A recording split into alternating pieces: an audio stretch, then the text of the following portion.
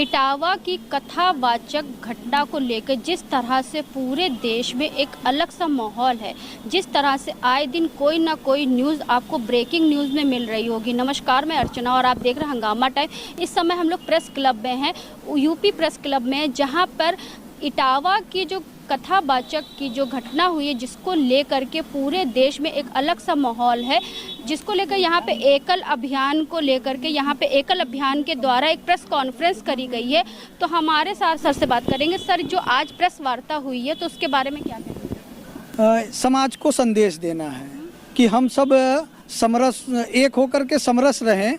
ये भारत ऋषि और मुनियों का देश रहा और यहाँ हमारे ऋषि मुनि जो आए, भगवान को आने के पहले भी लिख दिए उनके जीवनी के बारे में। वो दलित और वनवासी समाज से आते थे, वाल्मीकि जी। तो ये ब्राह्मण समाज हम और उनके साथ साथ समस्त मानव जाति को ये निवेदन करना चाहते हैं कि समाज में ये ऐसी भ्रांतियां न फैलाया जाए। आपसी रंजिश अपने घर में रखे, अपने परिवार, अपने गांव में, और देश में ऐसा अराजकता नहीं फैलाना चाहिए। सर, ये बताइए, जिस तरह से ब्राह्मण समाज जैसे यादवों को उन्होंने बुलाया कथा बांटने के लिए, फिर उनके साथ में एक दिन कथा की सारी कथा बांट दी गई, अगले दिन उनके साथ में ऐसा किया गया, इसके बारे में क्या कहेंगे? आप जानते हैं कि आजकल बहुत सी रंजिश होते हैं, क्या उनके आपसी क्या रंजिश रहे, अब खोल के तो कोई कहा नहीं जा सकता। बहुत से जैसे एक उदाहरण मैं दे रहा हूँ, चरित्र ही देख लीजिए, कुछ न कुछ ऐसा घटना घटी है वहाँ जिसके कारण ये भयानक घटना हो गई।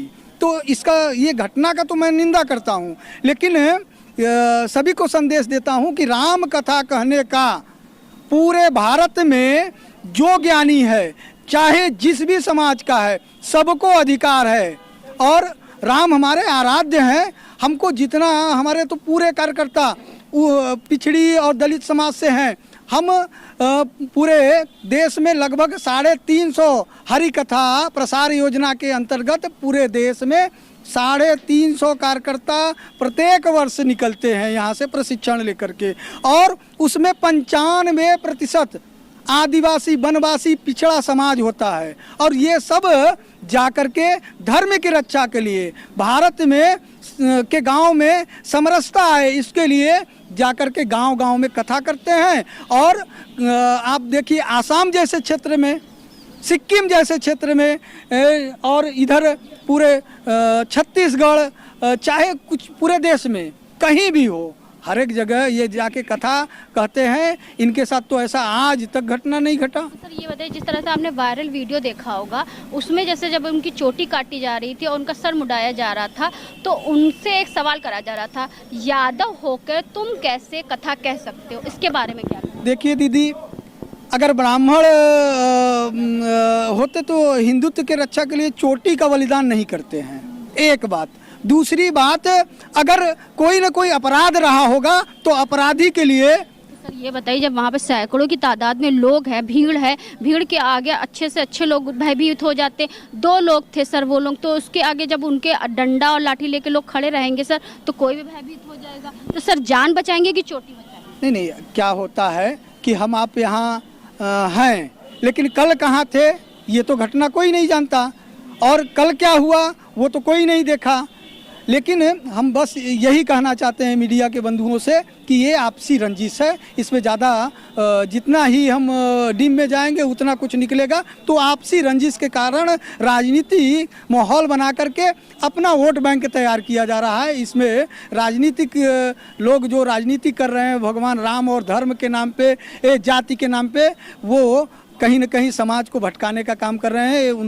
उनका भी मैं निंदा कर रहा हूँ कि इतनी सारी महिलाएं, बच्चियां आपके साथ में, तो सभी कथावाचक हैं? सभी कथा। सब किस जाति के हैं? यहाँ चमार जाति के हैं, धोबी जाति के हैं, यादव जाति के हैं, मौर्य जाति के हैं, कुनमी जाति के हैं, पासवान जाति के हैं, नाई जाति के हैं, यादव जाति के हैं। आप किस जाति के हैं? मैं स्वयं माली जाति का हूँ। तो सर, आपको कोई दिक्कत नहीं? मुझको दिक्कत नहीं, मैं तो समाज को भी कह रहा हूँ कि दिक्कत नहीं होनी चाहिए। तो तो मैम आप क्या कहना चाहेंगी अर्चना जी, जिस तरह से इटावा की जो घटना है, जो एक दुर्घटना के रूप में पूरे देश में जो है लोगों के तक जो ऐसी पहुंच रही है कि जगह जगह एक अलग सा भयभीत करने का माहौल है। देखिए, अनपढ़ है, अज्ञानता के ज्ञान नहीं है। ज़रूरी नहीं है कि कथावाचक ब्राह्मण ही हो, जिसको ज्ञान है वो कथा कर सकता है। और ये जो घटना हुई है ये आपसी रंजिश के चलते हुई होगी, लेकिन इसको राजनीतिक मोड़ दे दिया गया, ब्राह्मण बनाम यादव किया गया। यादव को यादव वोट करें और ब्राह्मण ब्राह्मण को वोट करें, या कुछ ऐसी कुछ इनकी राजनीति होगी। आप किस जाति से हैं मैम? मैं खुद ब्राह्मण हूँ और मैं इस घटना की कड़े शब्दों में निंदा करती हूँ। हमें पूछना नहीं चाहिए, लेकिन आज ऐसा माहौल है कि लोग पूछ रहे हैं कि तुम किस जाति के हो, तुम किस, जिस तरह वर्तमान सरकार कहती है सभी भारत देश के जो रहते हैं वो हिंदू हैं, लेकिन जब ऐसा जो माहौल होता है और ऐसा कांड होता है, ऐसी निंदित दुर्घटना होती है तो उसमें लोग जात पूछते हैं। क्या शिक्षा जात की अधीन हो? शिक्षा को जात का अधीन नहीं मानना चाहिए। जो विरोधी ताकतें हैं, जो हमारे देश को बांट के काटने में लगी हुई है कि ये आपस में लड़ के कैसे मरे और हम यहाँ पर राज करें, वो कहीं ना कहीं इस योजना में सफल होंगे। हम हिंदू आपस में ही लड़ेंगे। आप देखिए, जिस राम कथा के पीछे इतना बड़ा झगड़ा हुआ, उन राम जी के चरित्र को तो समझिए। शबरी के जूठे बैर राम जी ने खाए, केवट राज को तो गले लगाया। चित्रकूट में 11.5 साल उन्होंने वनवासी आदिवासियों के बीच में बिताए और इन्हीं के साथ मिलकर धर्म की स्थापना की। मैम ये बताइए, ये दुर्घटना हुई है, यानी कि जो इटावा जो कांड हुआ है, इसका जिम्मेदार कौन है? इसका जिम्मेदार वहाँ के लोग हैं, जो साक्षी बने वो हैं, क्योंकि मेरे ख्याल से सभी अनपढ़ थे, कोई बीच में नहीं आया। पुलिस को बुलाना चाहिए। हमारा प्रशासन क्या कर रहा है? पुलिस खुद ही यादव पूछ के लोगों को उठा ले जाती है। नहीं, पुलिस क्यों उठा ले जाएगी? पुलिस का काम समाज के लोगों को पकड़ नाम पूछ के थोड़ी उठाना है। जो अपराधी है उसको उठाना है, जिसने अपराध किया है, जिसके साथ घटना घटी है, जो गुहार लगा रहा है उसकी मदद करना है। जो अपराधी है, चाहे वो सवर्ण समाज का हो, चाहे वो किसी भी समाज का हो, अगर अपराध करेगा, कानून हाथ में लेगा तो उसको सजा मिलनी चाहिए। आप लोग कहाँ से हो, क्या कहना चाहेंगे? किस जाति के हैं आप? मैं वाराणसी से हूँ। मैं एक दलित समाज से आती हूँ। तो आप भी कथा वाचिका हैं? जी, मैं 4 वर्षों से कथा कहती हूँ। क्या कहना चाहेंगे इस तरह जो इटावा में जो घटना हुई? ये बहुत निंदनीय कर्म किया गया है, लेकिन आज तक मैंने 4 वर्षों में नगरों में और गाँव में जाकर कथा कही, लेकिन मेरे साथ ऐसा अभी तक नहीं हुआ और न ही उम्मीद है कि आगे ऐसी घटनाएं होंगी। भय का माहौल या कुछ भय ऐसा? नहीं, अभी तक तो हमारे अंदर ये भय आया ही नहीं। हो सकता है ये भ्रांतियाँ फैलाई जा रही हो, देश में धर्म के नाम पर बांटने की साजिश हो। आप किस जाति? मेरा नाम अंकिता यादव है, मैं कानपुर की रहने वाली। आप यादव, तो यादवों के साथ में ऐसा हुआ है, यादव कथावाचकों के साथ में वहाँ पे जाति पूछ करके जब उनका सर मुंडाया गया, उनके ऊपर जो है एक महिला का मूत्र छिड़का गया और साथ में उनके साथ में बहुत सारी अभद्रता हो। तो क्या कहना चाहिए, किस नज़रिए से देखें? जो घटना हुई वो तो बहुत निंदनीय है। मूत्र छिड़का गया उनके ऊपर, ये तो बहुत ही बड़ा अपराध है। क्या वो गंगा जल देते हैं? मूत्र तो नहीं छिड़कना चाहिए। जब उत्तर प्रदेश के जो योगी है मुख्यमंत्री, जब अखिलेश यादव ने अपना घर छोड़ा, सीएम आवास छोड़ा, तो उसको गौमूत्र से साफ कराया, तो फिर क्या उम्मीद है? देखिए माँ, जो गौमूत्र है वो बहुत ही पवित्र है, क्योंकि कहा जाता है गौ हमारी माता है और गौ माता में 33 करोड़ देवी देवताओं का वास होता है। तो वो मूत्र पवित्र है, क्योंकि वो तो औषधि भी बन गया है अब हम लोगों के जीवन में। गौमूत्र से बहुत सारी ऐसी बीमारियां हैं जो ठीक होती है। महाराज, गौ हमारी माता है और माता हमेशा पवित्र हो। ये जो इटावा की जो घटना है, इसका जिम्मेदार कौन? वहाँ के ब्राह्मण समाज। हम ब्राह्मण, सब ब्राह्मणों को दोष नहीं दे रहे, जो ब्राह्मण वहाँ के हैं उनको दंड मिलना चाहिए। कुछ लोगों ने ब्राह्मणों का बहिष्कार कर दिया, तो इसके बाद का समर्थन? सारे ब्राह्मणों को बहिष्कार नहीं करना चाहिए। जिन्होंने ये गलती की है उनका ही करना चाहिए, ना तो सारे ब्राह्मण समाज की गलती है और ना तो यादवों की गलती है। आप कहाँ से हैं मैम? जी मैम, मैं मछली शहर से हूँ। आप किस जाति से हैं? हम नाई समाज से हैं। आप भी कथा वाचिका हैं? हाँ, 3 साल हो गया, 4 साल हो गया हम लोगों को कथा कहते हुए। आज तक कोई ऐसा मतलब आपत्ति आई? इस घटना को किस नजरिए? देखिए, ये जो भी मतलब उस यादव के साथ हुआ, बहुत ही गलत हुआ, नहीं होना चाहिए। सरकार से क्या मांग? सरकार से यही मांग कर रहे हैं कि उस बेचारे को न्याय चाहिए।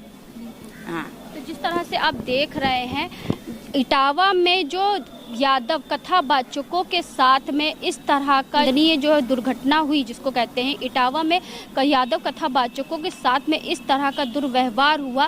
पहले उनका सर मुंडाया गया, फिर महिला का मूत्र छिड़का गया, फिर महिला के पैरों में नाक रगड़ने के लिए कहा गया।